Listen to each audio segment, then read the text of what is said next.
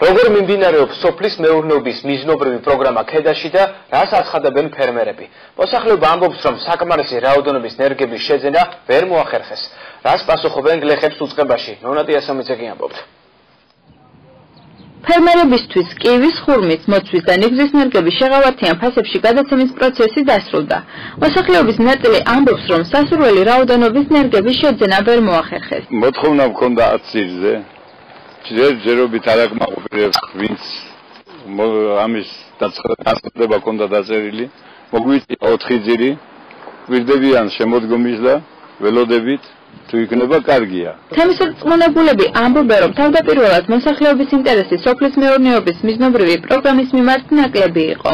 მოთხოვნა მოსახლეობაში თავდაპირველად ძალიან ნაკლები იყო, ხალხი მაინც ფრთხილობდა, ხალხმა როცა ნახა თვალნათლივ თუ რა არის ეს ნერგები როგორია, რა ჯიშისა არის, მოთხოვნა გაიზარდა, მაგრამ ამ დროს სანამ მთავრობა ამას შეისყიდის და მოიტანს და დარგავს, უკვე პერიოდი გადის იმისთვის, რომ ნერგების გახარება უკვე შეიძლება აღარ მოხდეს ისეთი, როგორც ახლა ამ პერიოდში მოხდება. ნერის სისტემა მიიღო 165 ძირი ნიგოზის ნერგი.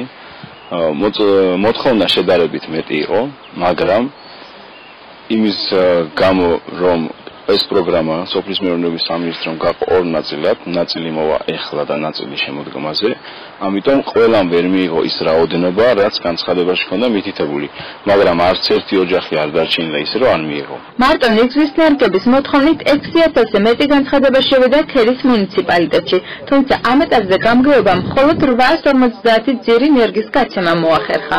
არ შევიდა იმ რაოდენობით, რაც მოსახლეობას ჭირდება, არც ყველას მოუწია.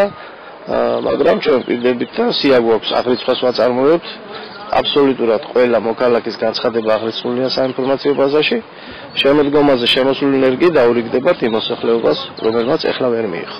აჭარის სოფლის მეურნეობის სამინისტროში განმარტავენ, რომ ტენდერში გამარჯვებულ კომპანიას თანხები უკვე გადაურიცხეს და მოსახლეობა ნერგებს ოქტომბერში მიიღებს.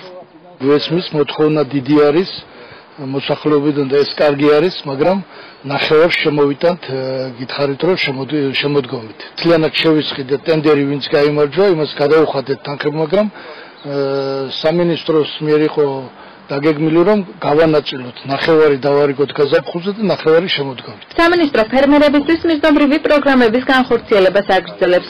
მოსახლეობა ნერგებთან ერთად მოტობლოკებს და სადგურებს 70%-იანი თანადაფინანსებით